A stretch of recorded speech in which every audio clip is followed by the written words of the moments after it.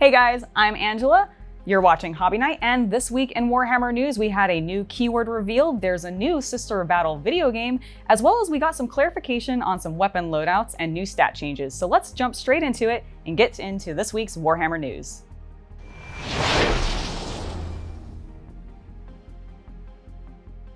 Let's start with this week's biggest announcement, and that is the new keyword core that was announced through the Warhammer community site.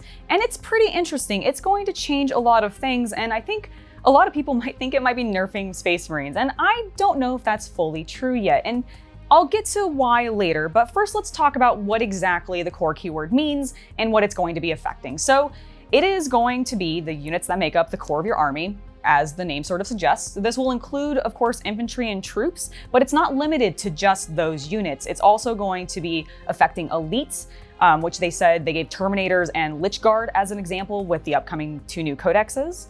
It also will be affecting some fast attack units, so bikes and the tomb blades. So those were those units that they referenced for that. And then they also mentioned vehicles. Now they didn't say anything about a particular vehicle that might be affected by the core, or that might have that core unit keyword, but I would be really interested to see, especially with the Necron Codex, since that's one of the codexes we're going to be getting first. I'm curious if like the Ghost Ark might end up having that keyword, because it would make sense. It's a transport for troops, so I'm curious to see if we're seeing troops transports maybe having that keyword. It'll be really interesting to see what happens, but what is this affecting? Well, primarily it's going to be affecting auras and how they affect certain units. So the biggest change and this is the one that I think everybody is the most up in the air about of how they feel about it, is characters are no longer able to buff themselves or other characters, and are only the big abilities. And the example they gave was the Rites of Battle aura. That kind of ability is only going to be affecting core units, which means that it's not going to be affecting, say, the, what was that tank unit that everybody was very upset that it's not affecting anymore? The Repulsor Executioner. So those kinds of units aren't going to be affected by, say, the captain's reroll of 1s. But we don't know what else is going to change in regards to this core keyword, because we don't know what stratagems are going to be different. And obviously stratagems are going to be adjusted to affect probably just core units in some cases.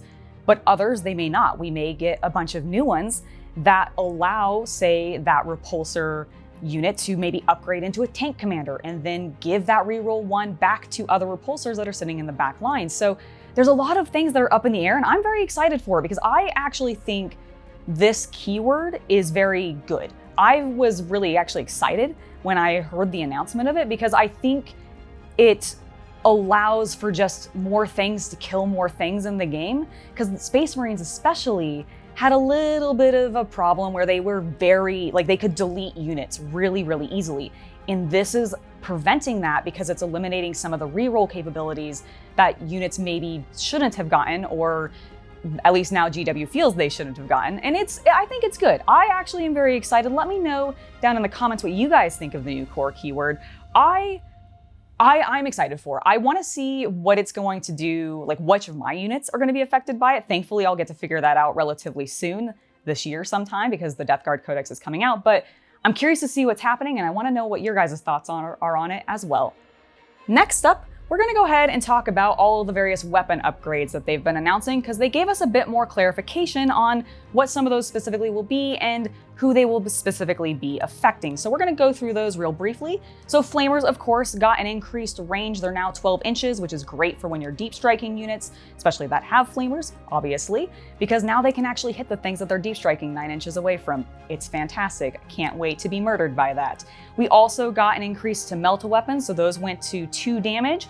And then when in half range, this is the thing that I love the most about this change, when you're in half range, you get D6 plus 2. So you have a just better guarantee of actually murdering things when you're up close to them, which you should be, because it's a melta gun. It's supposed to melt tanks and everything like that, right? It should be definitely killing the infantry more than just one dude. So with these damage increases, they're looking super spicy.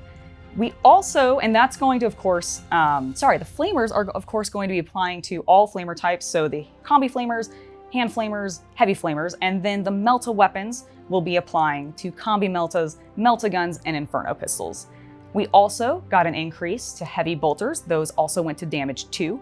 And then the hunter-killer missile got an increase in strength going up to 10, which makes it very just able to punch in the face like you would expect a hunter-killer missile to actually do. So who is this affecting though? Because we know obviously it's affecting Space Marines, that's a given, but it's also going to be affecting a number of other things, and they've kind of clarified a bit more of who specifically that will be. So they specifically mentioned a number of Adeptus Sororitas units, a number of Astra Militarum units, like Leman Russes and those kinds of things.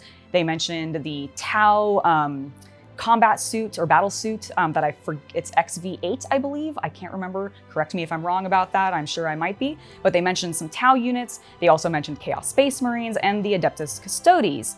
But they didn't really mention a lot of the armies that have maybe those weapons, but not specifically called by those names.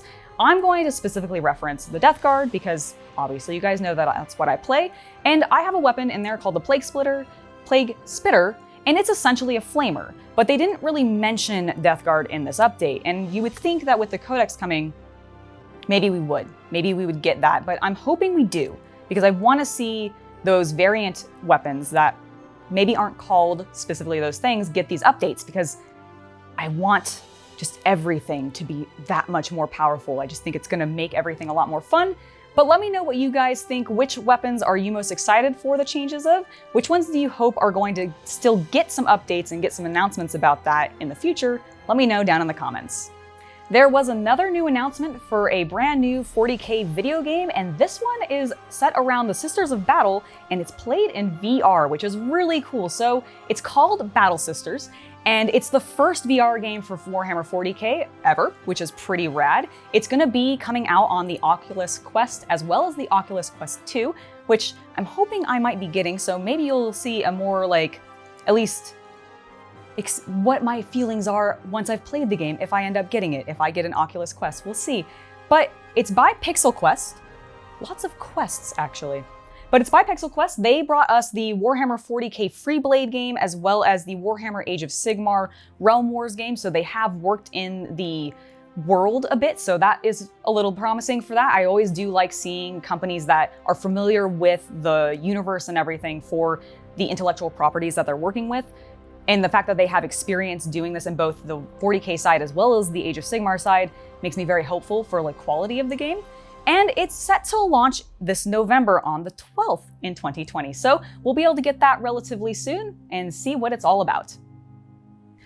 Last but not least, we got a bit of news from Black Library, and they announced the pre-order is up for the Fury of Magnus limited edition book, which is a super fancy looking book. Nice leather-bound gilt pages, super fancy. I would definitely recommend checking it out if you are collecting those books in the leather series, because this is a continuation of the Seige of Terra for them in this style, as well as just if you like Magnus, it's a really nice looking book.